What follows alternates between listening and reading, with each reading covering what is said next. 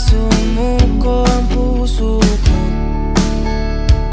sa paulit-ulit na pagkakataon na nasaktan na bigo.